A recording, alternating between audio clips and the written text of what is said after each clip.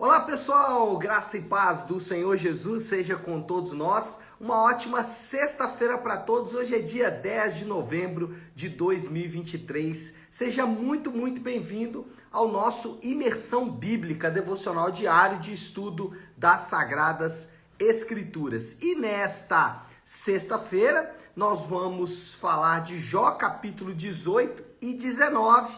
Eu quero já ler o texto aqui, que é o texto base desses dois capítulos, que é o versículo 25, aliás, o 25, 26 e o 27 do capítulo 19, que diz assim: Eu sei que o meu Redentor vive e que no fim se levantará sobre a terra, e depois que o meu corpo estiver destruído e sem carne, verei a Deus. Eu verei com os meus próprios olhos, eu mesmo, e não outro, como anseia no meu peito o coração. Bom, então essa aí é uma declaração das mais lindas que a gente vai ter na Bíblia, e essa é uma menção à vida após a morte, que inclusive durante todo o Antigo Testamento pautou ali a caminhada de muitos outros homens de Deus. Mas vamos falar de Jó, capítulo 18 e 19.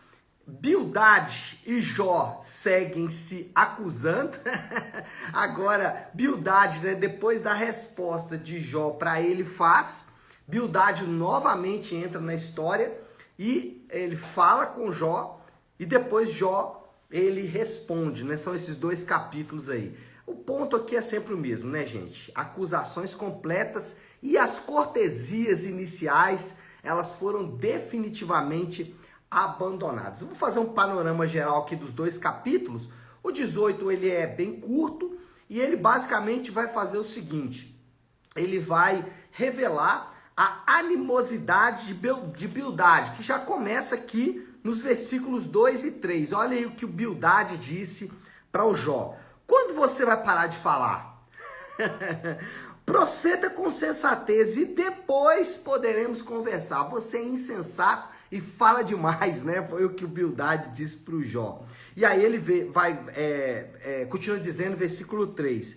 Por que somos considerados como animais e somos ignorantes aos seus olhos? Ou seja, Bildade acusa Jó de os acusar de ser como se fossem animais, Então, esse é o discurso aí do Bildade, e ele vai seguir basicamente isso. Ele vai descrever em todo o seu capítulo, aqui a partir do 5 até o 21, ele vai descrever o homem perverso e sem Deus. Ele vai descrever como que o homem vive distante de Deus, e ele adota no seu discurso algo que eles já têm feito em outros pontos aqui do texto, que é a doutrina da retribuição. Aqui ele não é tão pragmático, porque ele não propõe aqui uma espécie de pragmatismo religioso, Ou seja, o que eu fizer de bom vai ocasionar coisas boas para mim. O que ele vai ensinar aqui, ou o que ele vai propor no seu discurso, é a chamada doutrina da retribuição. O que é?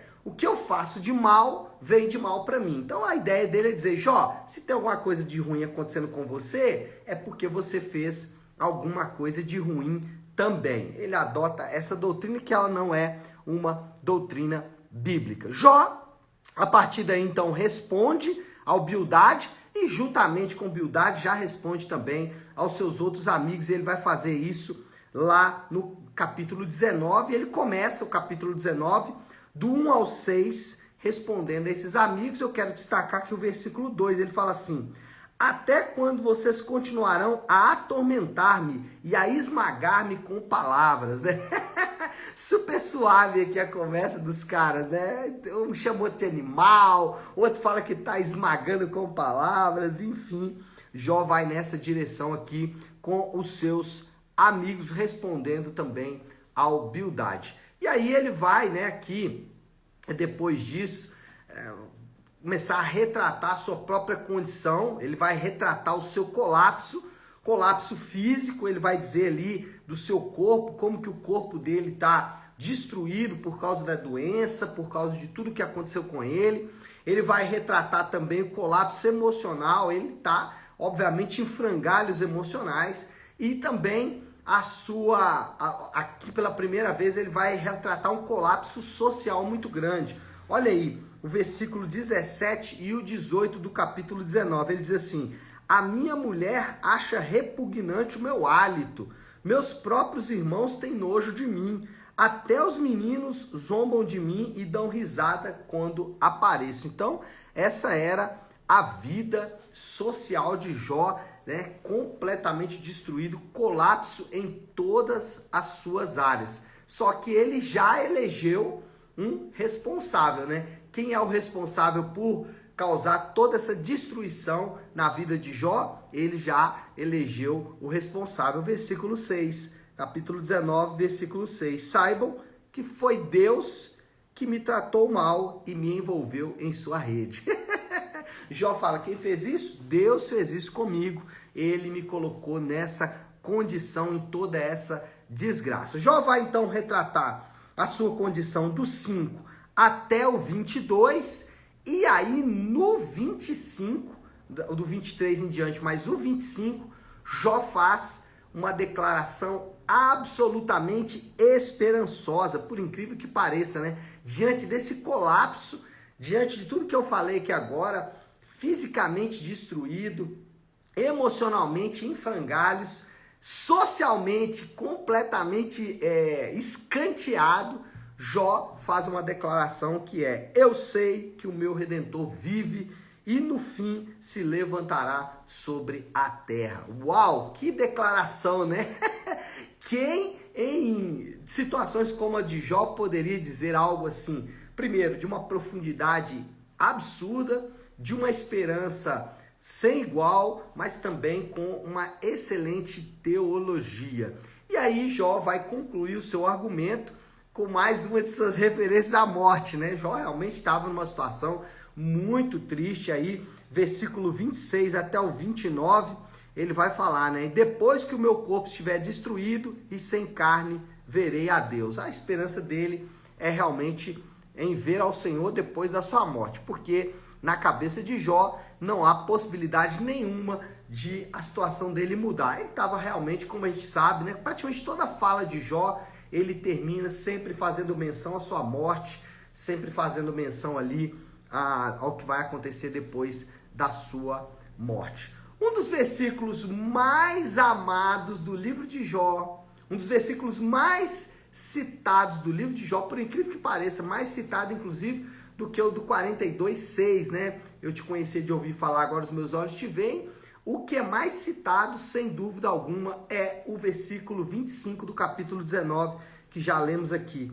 Eu sei que o meu Redentor vive e que no final se levantará sobre a terra. Jó, ele confiava no seu resgatador.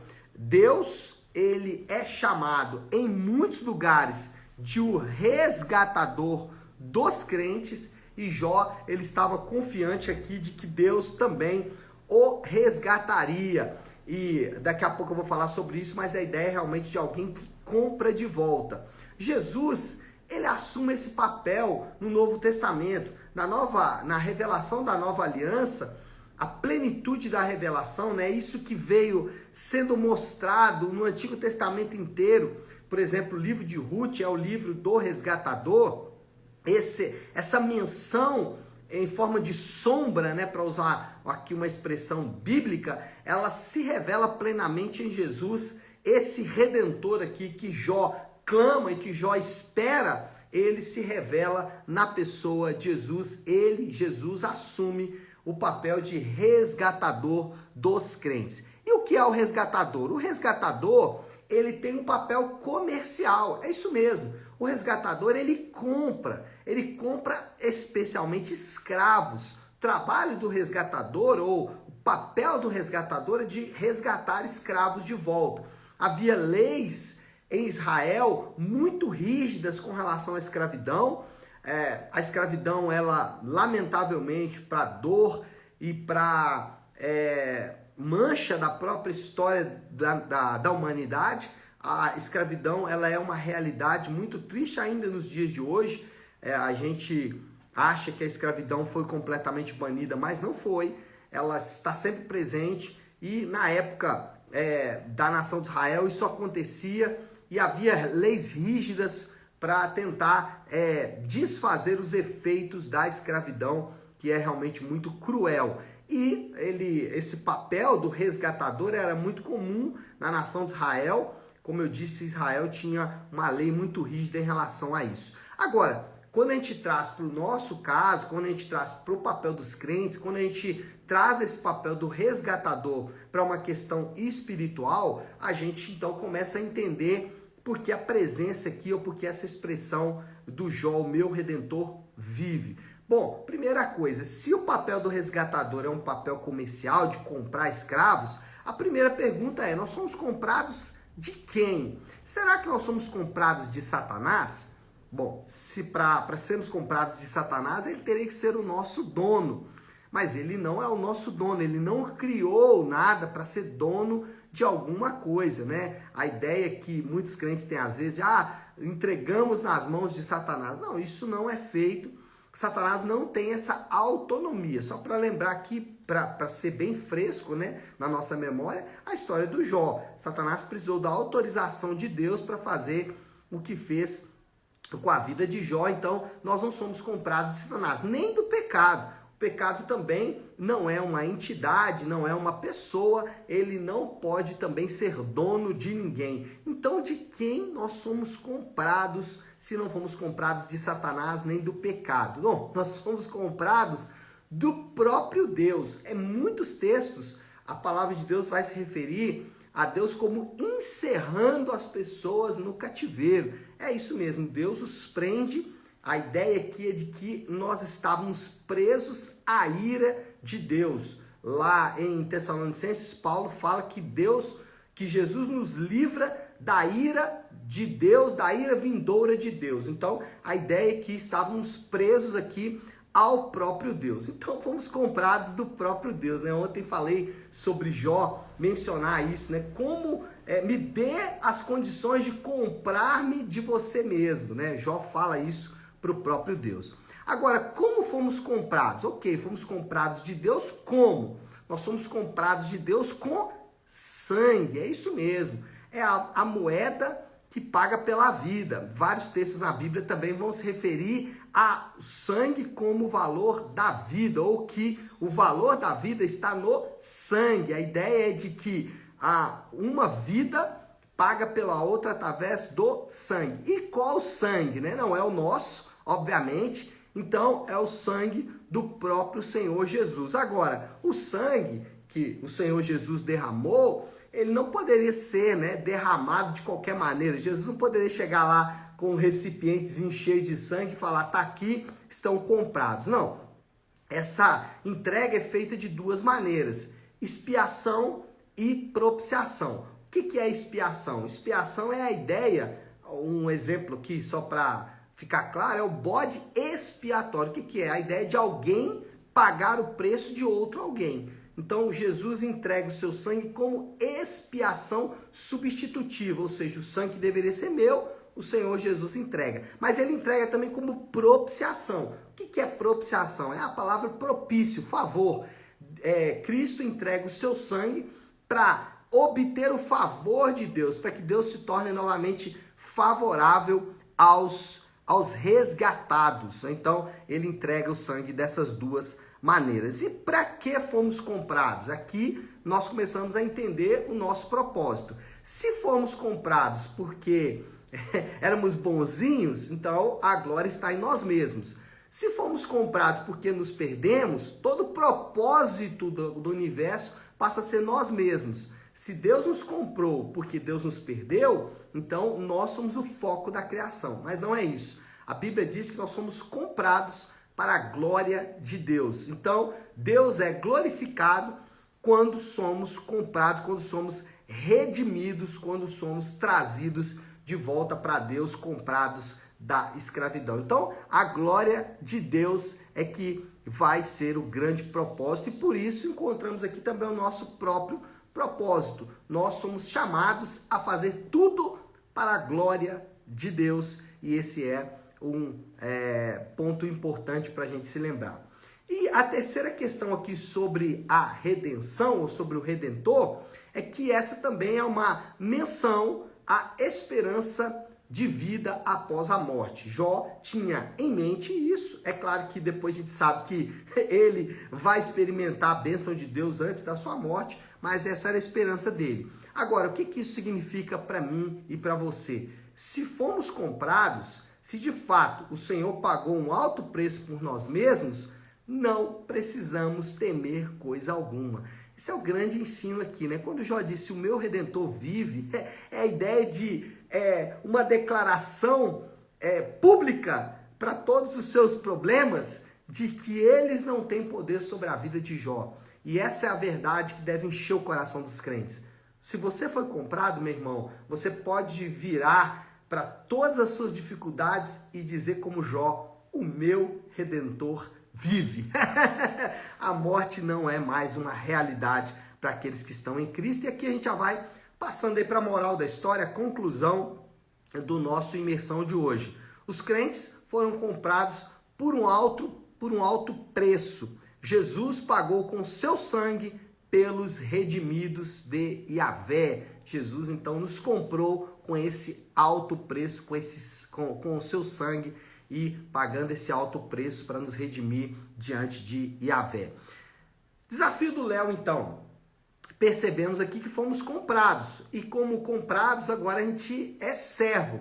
E se somos servos, nós podemos ser servos fiéis ou infiéis. Esse é o ponto e eu quero deixar esse desafio. Que sejamos servos fiéis. Lembrando que fomos comprados para a glória de Deus, e tudo que fazemos redunda em glória para Deus. Então, devemos ser absolutamente fiéis àquele que nos comprou. Tá certo, pessoal? Vamos orar? Vamos colocar tudo isso aí diante de Deus? Se você puder, então, pare aí um instante aquilo que você está fazendo. E como eu gosto de fazer sempre à sexta-feira, eu encerro a semana de devocionais com a oração que o Senhor nos ensinou, a oração do Pai Nosso. Pai nosso que estás nos céus, santificado seja o teu nome. Venha o teu reino, seja feita a tua vontade, assim na terra como no céu. Dá-nos hoje o nosso pão de cada dia. Perdoa as nossas dívidas, assim como perdoamos aos nossos devedores. E não nos deixes cair em tentação, mas livra-nos do mal, porque teu é o reino, o poder e a glória para sempre. Amém.